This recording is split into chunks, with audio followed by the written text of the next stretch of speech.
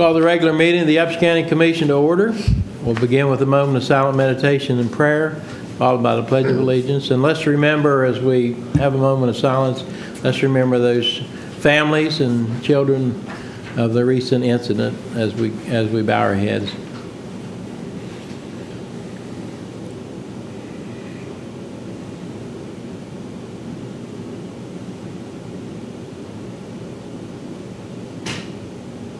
Amen.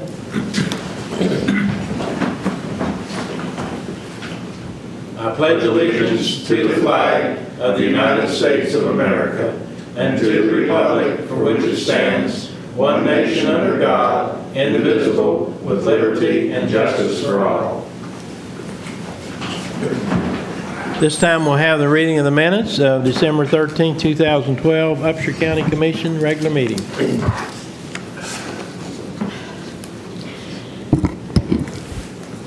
The County Commission of Upshur County, West Virginia held their regular meeting at the Courthouse Annex on Thursday, December 13, 2012 at 9 a.m. Donnie Tenney called the meeting to order. There were present Donnie Tenney, Commissioner, Creed Pletcher, Commissioner, J.C. Rafferty, Commissioner, William Parker, County Administrator, Megan Pomeroy, Assistant County Administrator, and Jacqueline Dinklocker, Secretary. The meeting began with a moment of silent meditation and prayer, followed by the Pledge of Allegiance.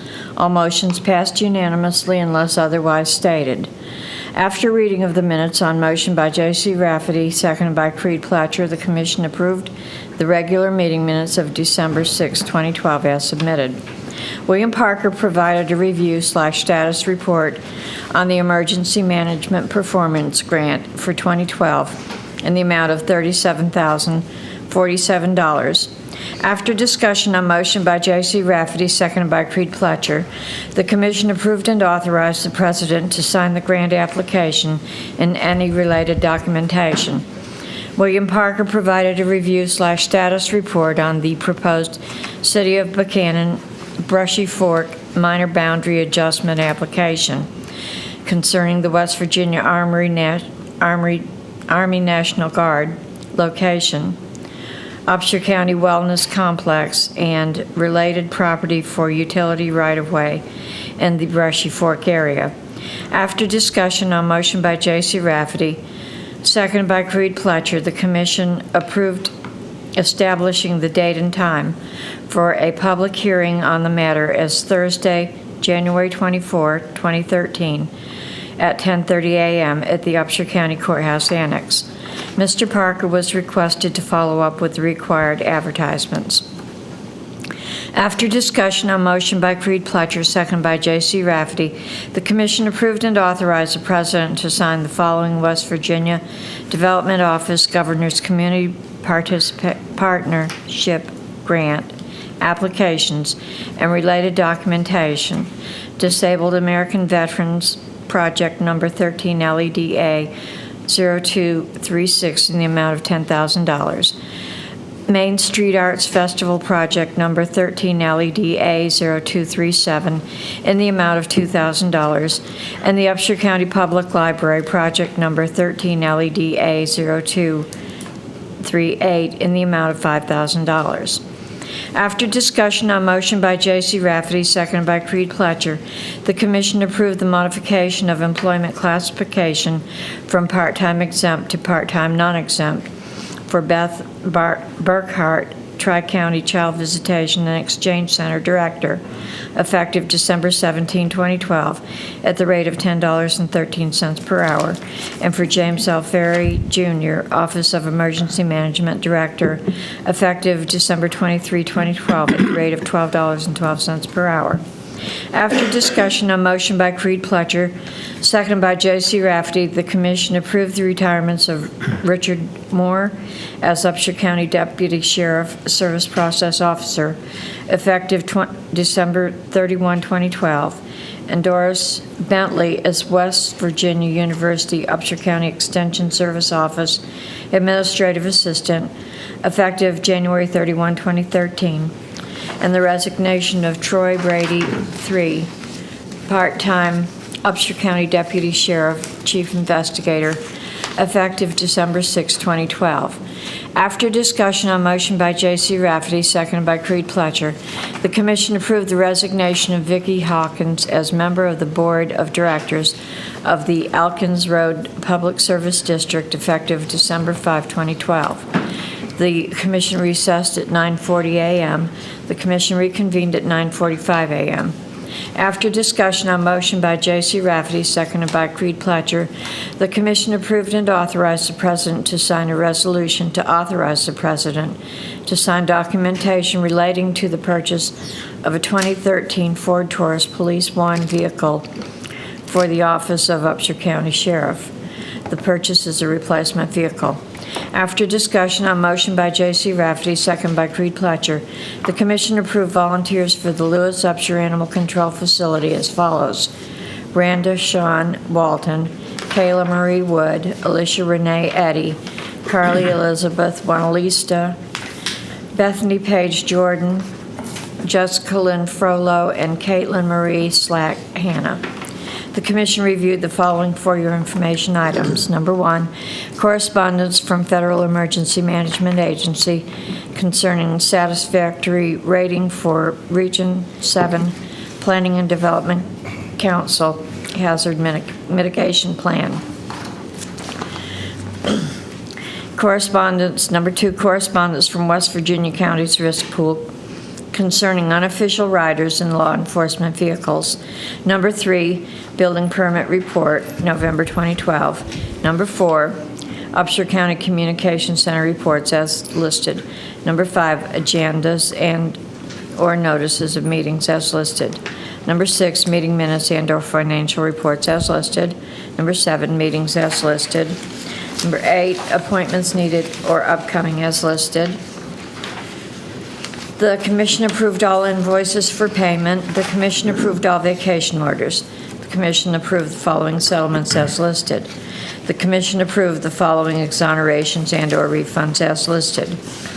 Virgil Miller, Upshur County Sheriff, and David Kaufman, Upshur County Sheriff-elect, appeared before the Commission to discuss the hiring and or assignment of non-civil service personnel for law enforcement. After discussion on motion by J.C. Rafferty, seconded by Creed Pletcher, the Commission entered executive session per West Virginia Code 6-9A-4 at 11 a.m. There were present Donnie Tenney, J.C. Rafferty, Creed Pletcher, William Parker, Megan Pomeroy, Virgil Miller, and David Kaufman. The Commission returned to open session at 11:45 a.m. No decisions were made in executive session. The Commission recessed at 11:45 a.m. The Commission attended the meeting of the Upshur County Policy Board at 1 p.m. The Commission attended the meeting of the Upshur County Departmental Supervisors at 2 p.m. The Commission reconvened at 3:30 p.m. With no further business, on motion by Creed Pletcher, seconded by J.C. Rafferty, the Commission meeting adjourned at 3:30 p.m. Are there any additions or corrections to the minutes as read? Not, I'd ask for a motion to be approved as such. So moved. I'll make what you do. So moved. I'll second. All in favor, say aye. Aye. Opposed, same sign, motion carries. I'll defer to you. Okay, at this time, we have our Sheriff, Virgil Miller, and Sheila Adams, Chief Tax Deputy. Final disposition of 2011 real estate taxes. Morning, Sheriff. Good morning. Morning. How are you all this morning? Good. Sheila, I'm going to turn the mic over to her for a minute, but I think I'd be remiss if I didn't take this opportunity. Really the last day of the commission meets this year, right? Right. And just say a few words that, I came on 8 years ago again, and as you all know, Willie and all of the three commissioners know, this is my niche. I've always felt like the Sheriff's Department is where I feel the most comfortable in county government, and I wouldn't have come back 8 more years if I didn't love the job, and I do love the job, and if it was legally possible and the voters would elect me, I'd stay again, because this is what I really like to do. I think a sheriff is the most closest law enforcement officer to the people of the county and to the cities. And I think the sheriff, a lot of people out in the county, and every county in the state of West Virginia does not realize all the facets that the job of sheriff holds and is responsible to do. But I just want to thank the three of you for all the years of the cooperation and the work that we put in. I think everything that I have done and you have done, it's been for the employees, for the deputies, for the tax office, and for the people of Upshur County. And I think we've moved quite a distance from off center to where we are now. Long way to go, and it'll continue to be that way. But I think we've made great strides in things, especially working with the U.S. Attorney's Office in Elkins and cooperation. And actually yesterday, I'll share with you, I got a call from Steve Warner, the U.S. Attorney in Elkins, and I've got he's requested that we be present, or I come over today for a meeting in his office where they're trying to form a new task force in this area, which was exclusive of Upshur County because it was specific for on east of here. But he said that he wanted us there because we'd always been his bread and butter. That's the way he termed Upshur County, and that makes me feel real good, especially to receive that recommendation from Mr. Warner to be there, the request. But I thank Willie, and the three of you here, and Amanda and everybody that I've worked with over the years. That they've been a good 8 years, and I don't know what the future holds for me, but I wish everyone out there Merry Christmas, Happy New Year, and thank you for everything. And I'll turn it over to Sheila. Sheila, you're up. That's hard to follow, and you have to even put the mic down.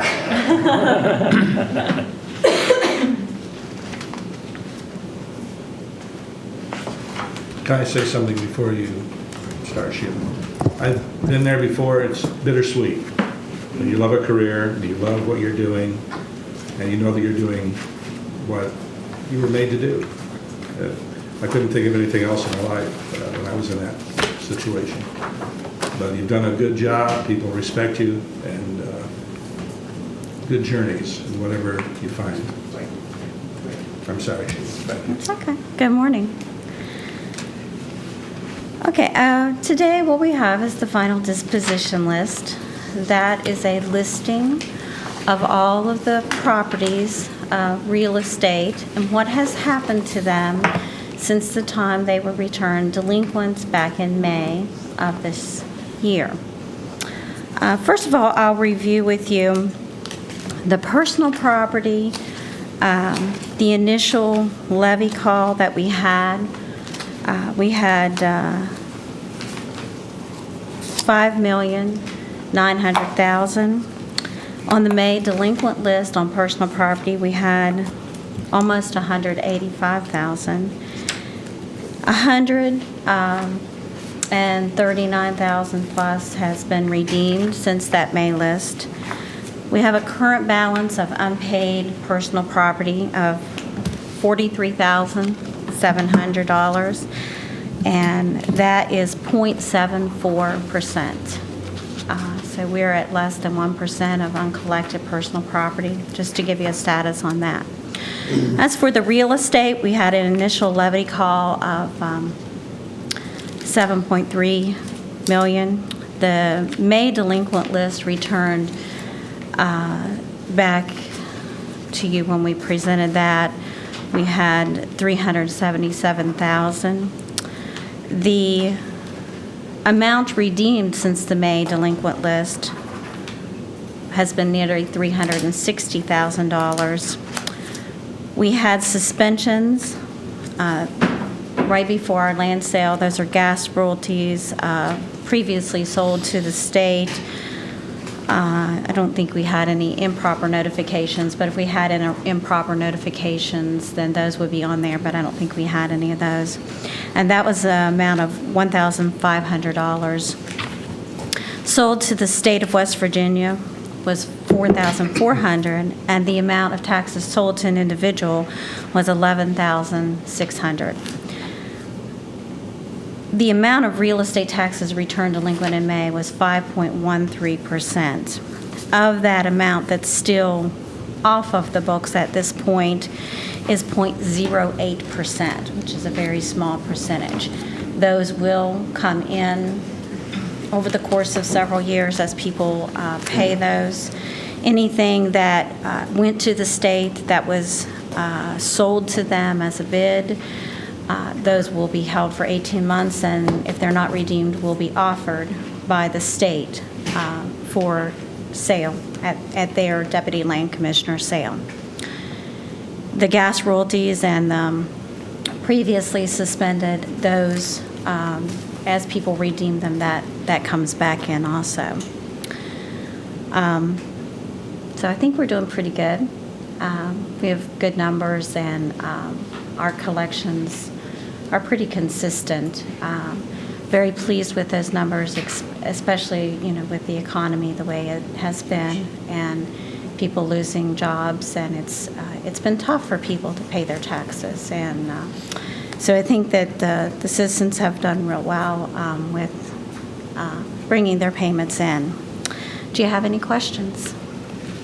Now, when it goes delinquent and is sold, then there's, people have to pay an additional cost on top of their taxes, and what's that usually? Is there a set amount on each piece of property? Well, there is something that I would, excuse me, there is something that I would like to clarify. If you are a taxpayer that your property went to sale, you can still redeem it. You have 18 months from the date of the sale to redeem the property. Now, obviously, the quicker you redeem it, the less the cost involved. But you can still get your property back. A lot of people think that you can't, and they also think that the amount of the bid that's listed in the paper is the amount that they have to pay to redeem it, and that is not true. Those bids include surplus, and surplus is held in our office, and if the property is not redeemed, then the surplus gets distributed to the levying bodies. But those folks who need to redeem their properties do not have to pay the amount that was listed in the paper as the bid amount. They would need to contact our office. We can put them in contact with the state of West Virginia, and they can go through the state auditor's office, and they can get those properties redeemed for the amount of taxes, interest, and fees. That does not include the bid. Is the fee like surplus. $300 and some? Is it set, or is it depend on the value of the property? There is a flat $300 fee for a title exam. Title exams are prevented from being done until after a certain point of time in the year, and then the purchaser will perform a title exam. At that point, then they provide a list of names for people who are potential redeemers. Anybody who's an heir to the property, someone who has some sort of financial interest in the property. Those all go onto a list, and those are mailed out certified, again, to notify the owners that they still have the opportunity to redeem. Is it a year? You have a year? Our certificate is good to the purchaser for 18 months. Oh, 18. So they do still have an opportunity to redeem those properties. And some folks will call in and think that their property is gone, but they do still have the opportunity to redeem. They just need to pay the extra fees to get it redeemed. That's very good you clarified that, because a lot of people thought they had to pay. Yes. The sale price. We Right, answer that exactly. If you question owed quite $100 often. and sold for $500, you pay the $100 plus the fees, and then when that's redeemed, then the rest of the money goes back to the purchaser. Is that correct? When Once it's it's redeemed, redeemed. that surplus goes back to the Right. purchaser. That is correct. Then If do it they is not redeemed, do they receive a certain amount of interest on their money, depending on how long it? they get, I believe it's still 1%. Oh, just 1% per it- year? Really? And there's no So you wouldn't want interest to buy on it the as an surplus. investment? It depends. It's, Some again, people, yeah. some do buy investment. Yeah. for investment. Well, I mean, that's probably pretty good considering today's rates. Because you figure if you buy a piece of property at a sheriff's sale, and then 18 months later, you receive your deed for it. Right, Right, but I mean, as far as if you know it's going to be A redeemed. monetary. Yeah, But no. 1%'s not much return on investment. If you're just buying it to make the interest on it. Now, if it was 8% or 6%, Better than banks are paying though.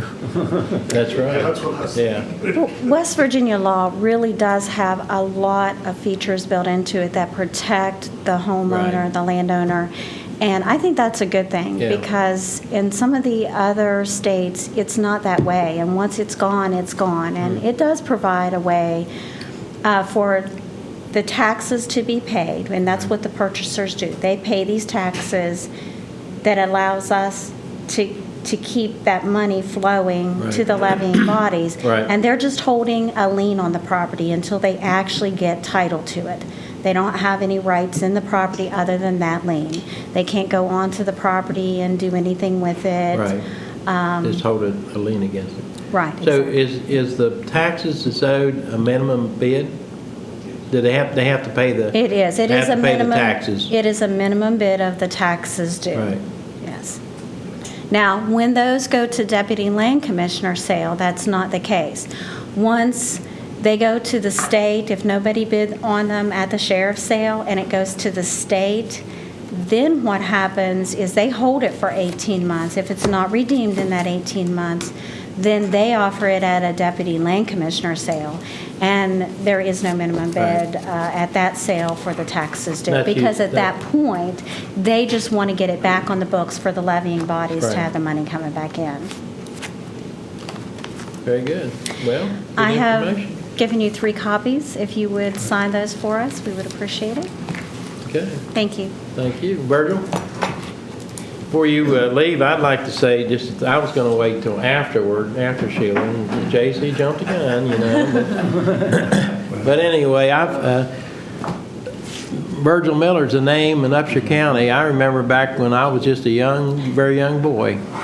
I remember hearing the name Virgil Miller. I thought, I'd like to meet this man one of these days. And I was just thinking the other day, I don't know if you remember, but it was years and years ago, back when you didn't have to be too smart to be a voluntary fireman. And I was a member of Washington District. You didn't have to go through all this training qualification. And there was a wreck, I believe, at the intersection of Townsville Road and Tennerton years and years ago. And that may have been one of the first times I saw Virgil.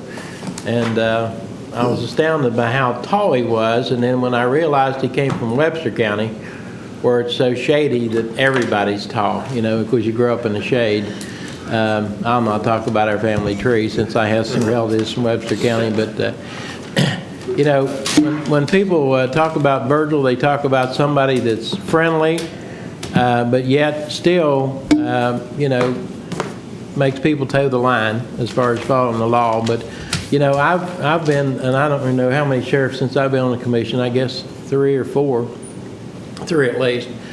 And there's a lot of difference between sheriffs, that's all I'm going to say, in dealing with them, not only as the taxpayer deals with them, but also as a commissioner dealing with sheriffs. I'll say that we've had a really good working relationship with Virgil. I mean, sometimes he's had to bring his tires in to show us that he needs new ones, but whatever it's taken, you know, Virgil goes above and beyond to make sure that his department is taken care of. And I want to thank you, Virgil, for your years of service and the contribution you've made to the citizens of Upshur County. And I also want to thank you, having served with, I don't know, 7 or 8 different commissioners and 2 or 3 different sheriffs, and that it's been a pleasure working with you over the years, and whatever you do, I hope you enjoy. And let's give him a big round of applause. Yeah. You must be taking better care of those tires because we haven't had any tires brought in lately. I know Megan leaned over and asked Willie what that was about. I think it's another comment that, you know, you have 2 sons who followed your footsteps in law enforcement, and I know that you're very proud of that, and you should be. And that speaks volumes about the respect your family, your children have for you, that they would follow you in your footsteps. So I've had the pleasure working with you in my previous life, and always had cordial relations and very professional relations. So The only thing, It is bittersweet. Yeah, it is. But again, whatever your journey takes you, best of luck. Well, there used to be a story going around about you, but none of us have been arrested for littering, but I think you arrested the county commissioner one time for littering.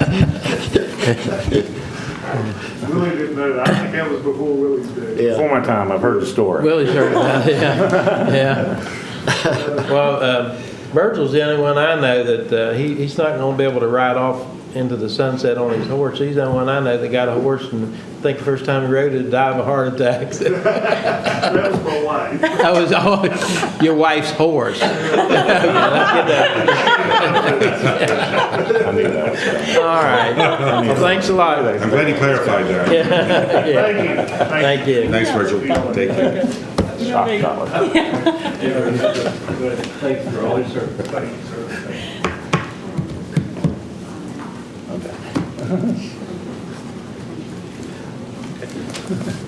She's staying here till she gets these. I tell you, that girl, she don't like to get anything to get out of her sight. She knows. She knows the forces that lie beyond her.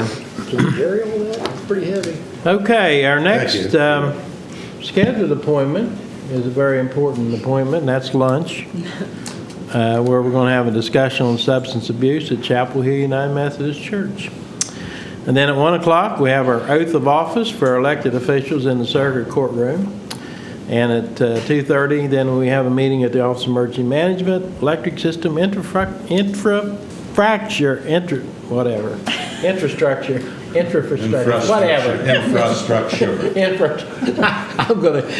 gonna talk about the electric before this comes out wrong. Okay. It helps if you're a bureaucrat. That's You understand right. those Yeah, terms. that's right.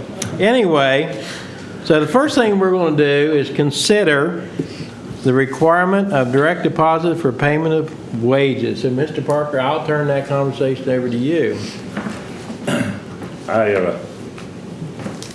we have some checks to approve here today. We have 17 individuals still receiving a payroll check instead of direct deposit. One of those is a salary position in the assessor's office. The remaining are hourly positions, 3 in the assessor's office, 2 in community corrections, 3 in law enforcement, 1 in service process. Of course, that individual will be retiring at the end of December. Child Visitation Center, there's a couple there. Curry, there's 3 there, and I think 2 of those are in the process of switching. One of our new 911 dispatchers, or most recent 911 dispatchers, is still on a payroll check. They're in the process of getting the account set up. And 1 part-time person in the animal control facility. What the recommendation is by the second payroll in February of requiring direct deposit for payment of wages. The documentation would have to be complete by the first payroll in February, so Carol could run a zero deposit to check and make sure everything goes through correctly. In conjunction with that, in talking with the auditor that's here, is she has in the past has had concerns and continues to have concerns on the distribution of payroll checks. So as of January, payroll checks, they'll be available at the office of the county clerk, payroll bookkeeping, to be picked up at noon on Friday, and the employee must sign for those, or the spouse may pick them up if the employee's given written authorization that the spouse can pick them up. Or in lieu of picking them up, an employee can have the check mailed to them each time. The checks not picked up by that time period would be mailed, picked up by the close of business would be mailed then at that point. That would alleviate the concern of the auditor of who's picking up payroll checks and where they're going. Right now, we distributed them by office, and someone from the office would come pick them up and then take them back to the individuals. And the difference for the payroll checks and the distribution versus the direct deposit remittance advice is payroll checks, there's cost involved in replacing those and stop payments and et cetera, and additional work versus just making a Xerox if someone loses a remittance advice of their direct deposit. That's the recommendation as it relates to direct deposit and the distribution of payroll checks. The 12 noon on Friday is a couple of reasons for that. A couple of pay periods ago, 2 or 3, whenever it was, the commission was meeting until 5 or 5:30 that evening, and the checks, of course, were not finished or processed, and the sheriff had to sign them yet. And Friday morning, we had some individuals that were looking for their check, and we still had them here in our office. They hadn't made it back to the office of the county clerk yet, and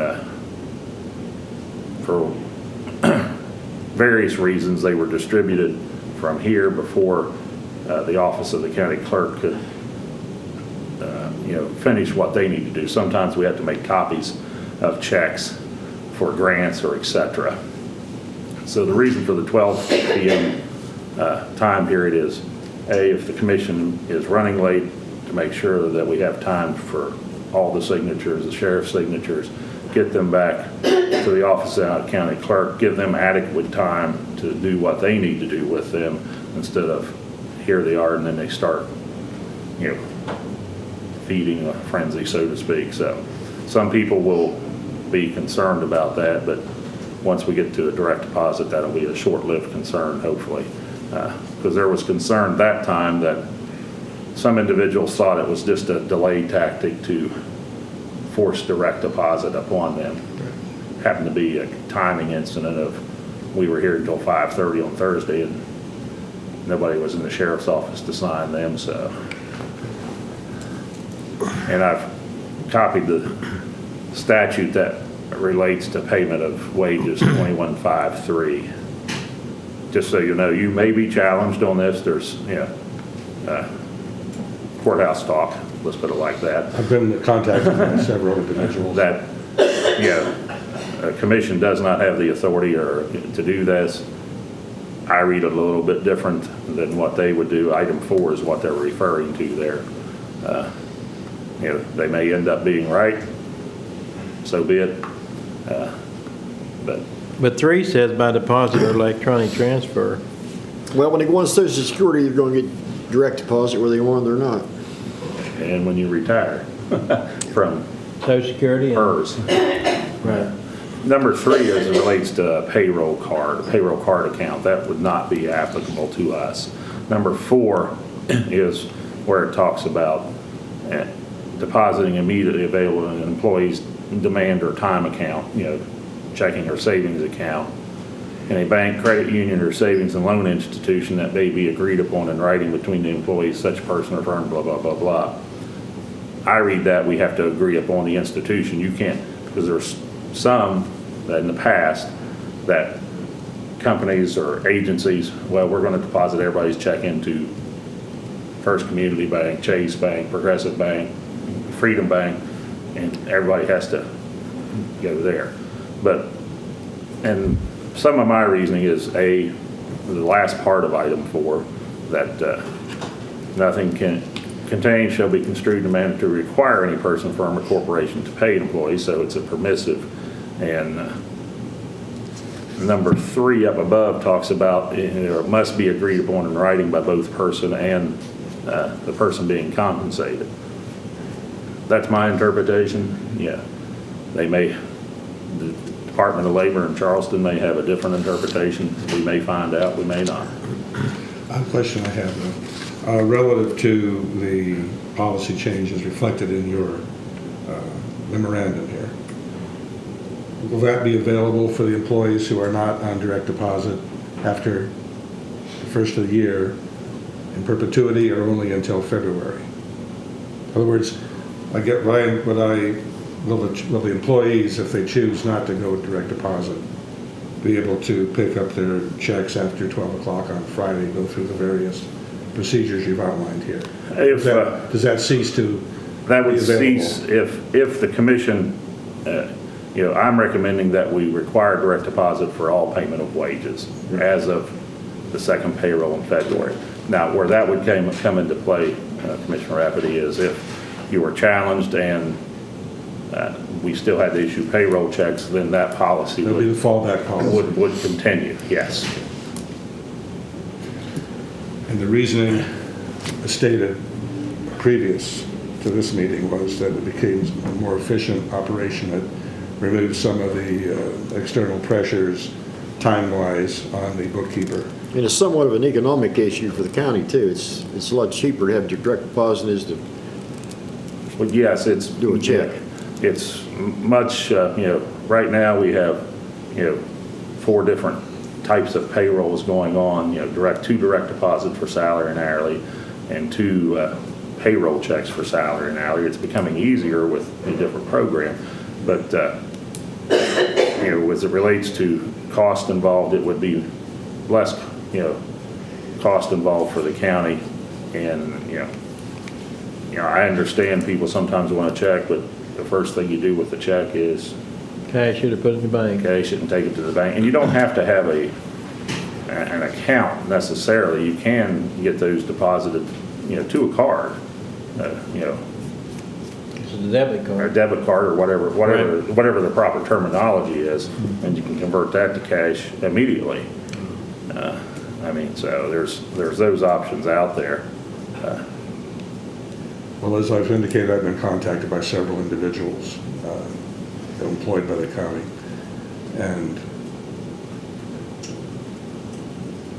what is stated to me from their perspective is that this was something that basically they had no choice in.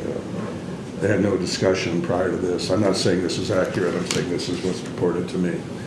And that they believe that they were not consulted and communicated sufficiently prior to a decision being proposed, or to a recommendation being proposed, I should say. I thought you had meetings available for people. Of course, we talked about it in policy board supervisory meetings, and I don't know if their supervisors, elected official, how it was communicated after those meetings, but we did have a meeting, October, November time period that we had in this room, and there were some, some people that were here were already on direct deposit, and then some that were receiving payroll checks, and at that meeting, I did state it was going to be my recommendation that the commission go to a requirement of direct deposit. That may where they got the feeling that they didn't have a choice, but Well, I've been on the commission 2 years now, and it seems, and I don't know how, it seems it's often this is a concern that's expressed regarding just communication, but also I don't know, and we don't have any control as commissioners over what the constitutional officers do after the policy board meeting as to what information they relay to their staff, or how they relay it, or if they support it, whether they support it, if there's some, it's like a little parlor game where I tell you something and it goes around the circle, and by the time it gets to a third party, whatever the information is totally discombobulated. So, well, I know. So I don't know if there's a better way for us to streamline communication to each employee. I'm not saying we bypass the constitutional officers, but is there a way of affecting a better communication stream to maybe overcome some of these suspicions or sort of things like that? We try to send out, mass emails in the past, and I was talking to one employee, and, well, I don't check my email. Well, if you don't check your email, then that's That's not very effective. not very effective. And after not on this particular topic, but on the topic of communication from constitutional office to the employees. Again, I received it back from the employee of their elected official. We were talking, and he or she asked, well, why aren't we going to send out this certain type of correspondence we used to in the past? The elected official had told him, Willie said we didn't need to do this anymore and we're not going to be doing it. Well, that's not what was said at the meeting. Right. The meeting was, let's look at our process and procedures, and the courtesy type letters we're sending out. If they're effective, fine. If they're feel good, fuzzy, warm letters and they're not being effective, then we're spending a lot of money and time, effort, and postage of sending those out if they're not effective. And it was not communicated that way. Well, and I think in this case, the fact that we had the meeting in the commission office, any and all employees of any other elected officials could come to that meeting, and some did, ask their questions, express their concerns. So we had that direct communication from the commission available to the employees and to the employees through their elected official they work for. So I don't know how much more information you could get directly to the employees. If you have a meeting available for the employees to come, to ask their questions, express their concerns, and talk about the issue. But, the hardest thing for all of us is change. Because if we've been doing something, even though change may be an improvement, there's that hurdle that you got to get over. And so, and that's probably the hardest thing of being a commissioner, is the fact that there's times you have to make decisions that's what's best for the county, but it doesn't always make everybody happy. And so if you make the decision that is the best decision for the county and people get upset at you or don't like it, you can still lay your head down, your pillow at night and go to sleep. And I think we've, we went through the issue with changing the insurance, which is, there's been some hurdles there for people, and anytime you transition like that, there's going to be some issues you have to work through. It's available for every employee. If there's any concern with any insurance issue, contact Willie. Willie makes contact, and I can assure you, because I had an issue, and within the next day it was straightened out. So, but you still have people that, when we have meetings, express concerns about the insurance. Well, have you contacted Willie? No. So we can only make these services available. We can't make people accept them. And that's kind of the way it is with the insurance. We were faulted on not getting information up front before we made a decision on the insurance change. So on this, we went above and beyond to get information and make available to the employees by having meetings directly with the commission staff and the employees to get the questions answered. And as is obvious, we still haven't made a decision because it's on today's agenda. So that was October, November that we started having dialogue and getting the information out and making sure that people understood, what the situation was and how that it's not going to have any negative effect other than the fact that you don't have to pick your check up and deposit. If that's a negative effect, that's the only difference. So, and some of the program changes we had make it easier to accomplish. We can deposit to more accounts now. In the past, we were limited to the number of accounts. Now I think it's a dozen or more, right. Which should be more than sufficient for anybody. What you're saying is that people can provide what we used to call them federal government allotments.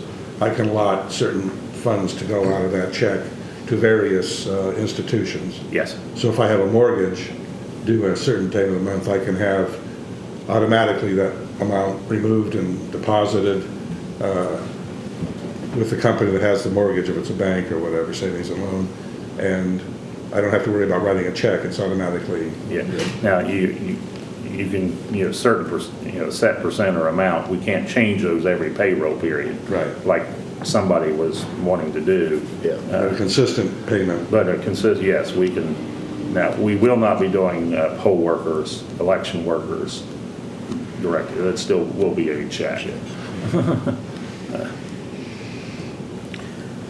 Well, I think the fact that when people draw the Social Security check, when the county employees retire from PERS, it's going to be all direct deposit. So, you know, this is no different than that, and there's a reason they do that. It's for efficiency of government. Even though you probably don't see that much on the state level, we do try to do that on the county level. We've always tried to create, I think the terminology they've had for decades now is a paperless operation. But it is change, as you said, Mr. Tierney. Any other questions or comments before we consider this for vote? If not, do we have a motion to approve the requirements direct deposit payment of wages as stated? So moved. I'll second. All in favor say aye. Aye. Opposed, same sign, motion carried. Consider approval of additional 1/2 day on December 24th without charge against annual leave as granted to state employees. Grant additional 1/2 day for December 31st without charge against annual leave if granted to state employees. And the governor has granted that 1/2 day on the 24th and probably will do so on the 31st. The employees of the state shall be given time off on the last of the scheduled working day immediately preceding Christmas Day. This has happened routinely in the past. So do we have a motion to follow the lead of the state on this? So moved. Second. All in favor say aye. Aye. Opposed, same sign, motion carried.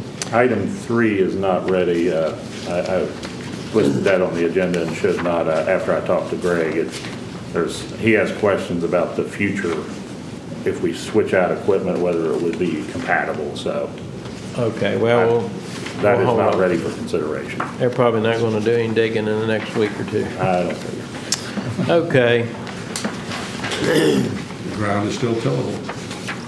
Oh, I know that firsthand. Okay, resignation from the Enhanced Emergency Telephone Advisory Board by James L. Ferry Jr. as of December 31st, 2012.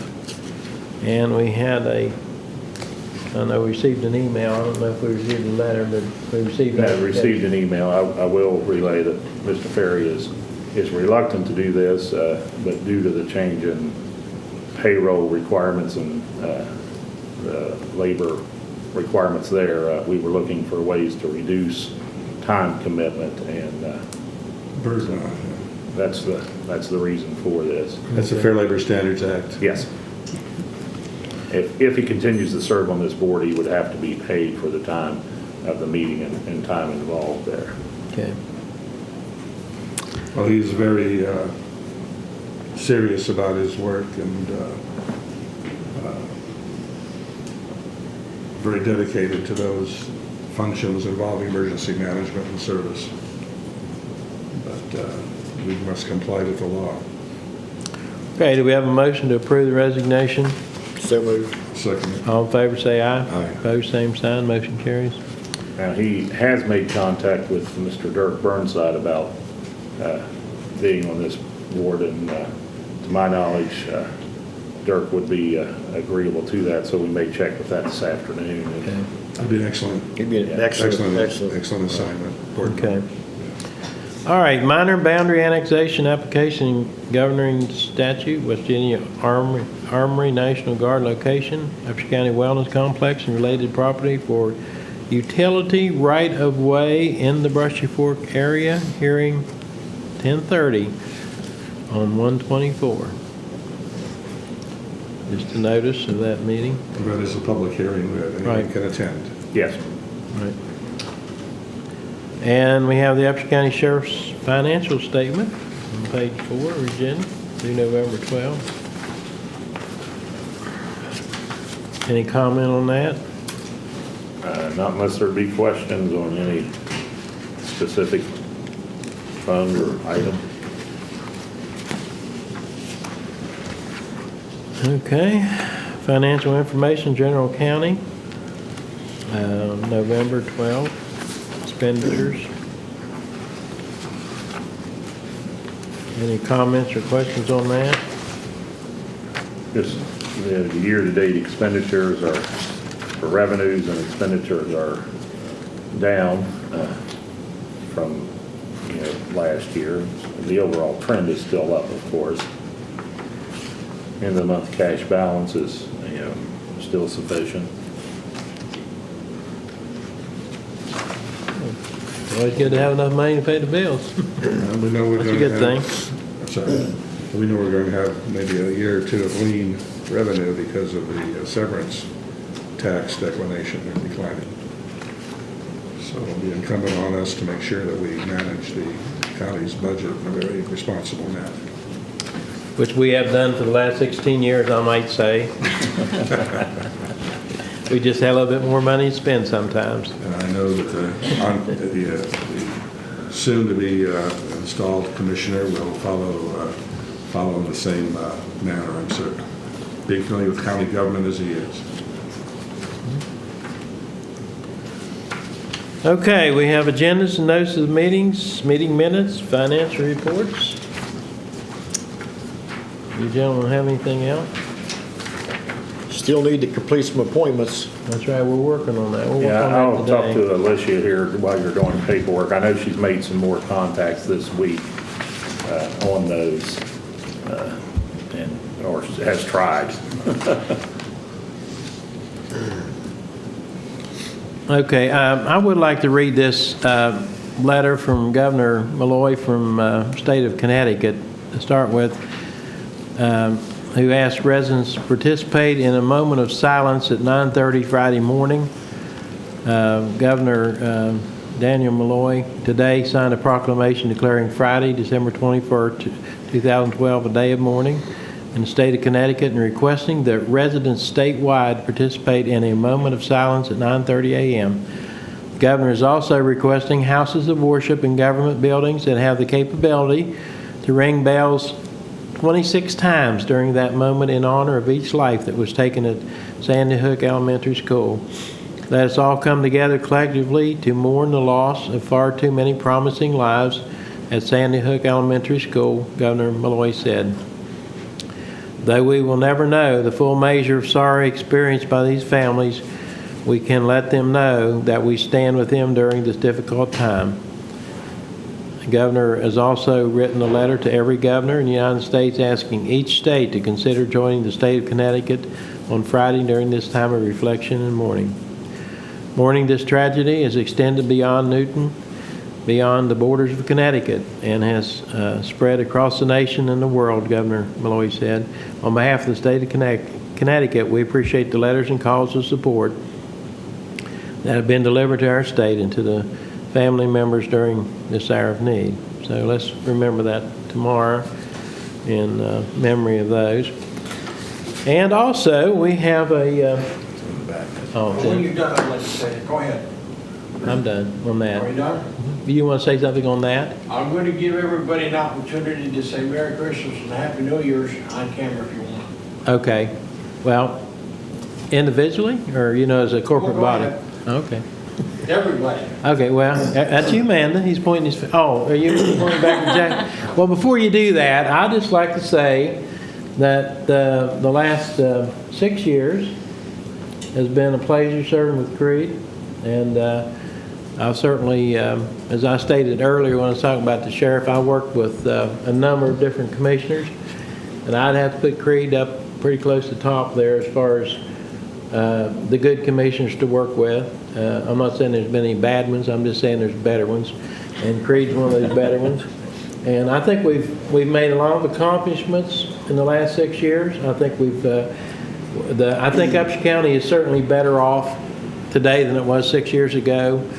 We made the decision on the property for the armory. We've developed the complex at Brushy Fork.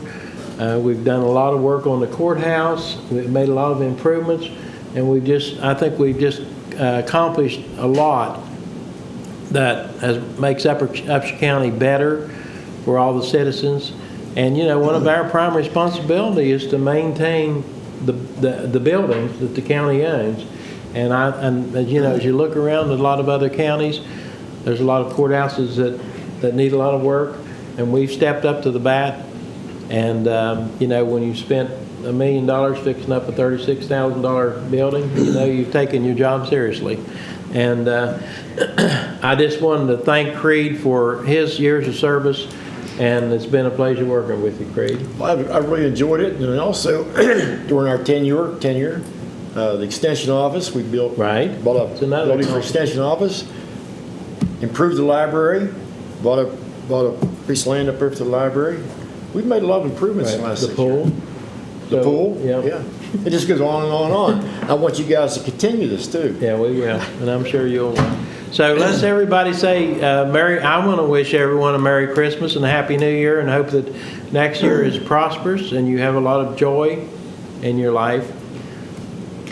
I would like to those saying remarks with regards to, with Commissioner Creed, being the junior partner up here, not so soon to be not the junior partner, but I appreciated his mentoring, his explanation as to some of the responsibilities.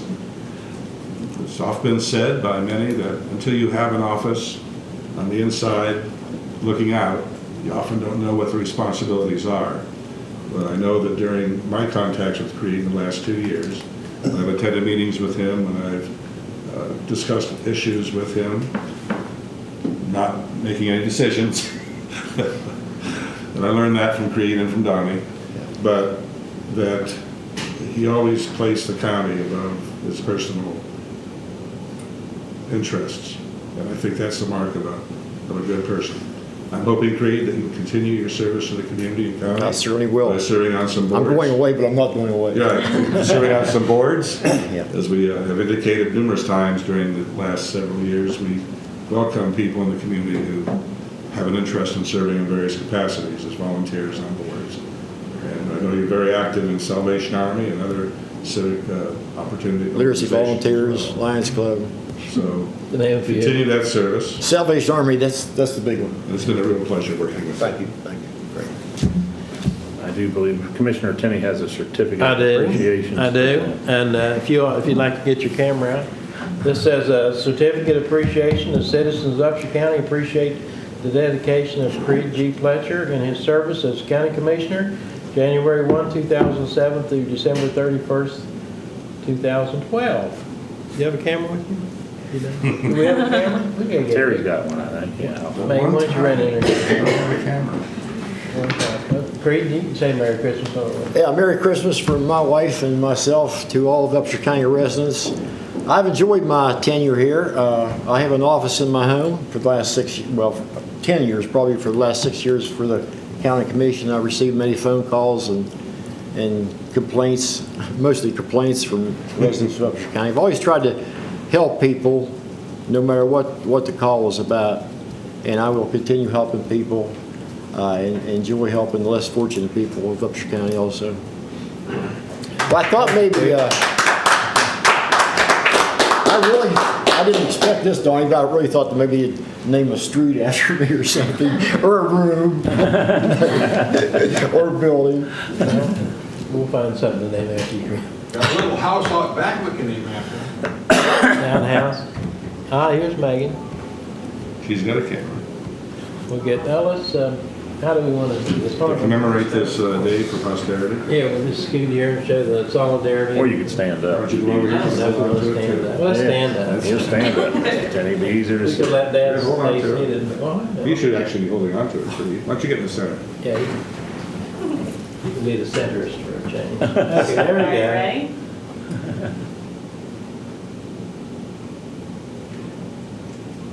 There we go. Okay. Thank you, Creed. What a pleasant surprise. All right. Let's see, we're down to Willie. Have a Merry Christmas. Merry Christmas, Megan. Merry Christmas, happy And holidays. Jackie. Can you see Jackie back here? Come up, just stand right up here in front of Amanda, or by her. Merry Christmas to all of Upshur County. Okay. One more person. Uh, Jerry Jerry Kimball has been a constant visitor, participant at these meetings for over 2 years. three that I can testify to during my campaign. He was always here every week. He's been here almost every week since I've been on the commission. I presume he was here before that, so I No, think you should. he just started coming when you came on I the think it's commission. suspicious. I'm not sure what the connection I was. think Jerry is as much a part of this body as Yeah. anyone, the citizens. So I think you should have the same The honor. right to say Merry Christmas. He's biased. He's just biased for him. He's biased for him. All right. Thank you for being an active citizen. And that's important. Yeah. Okay, well, at this point, we will start working on paperwork.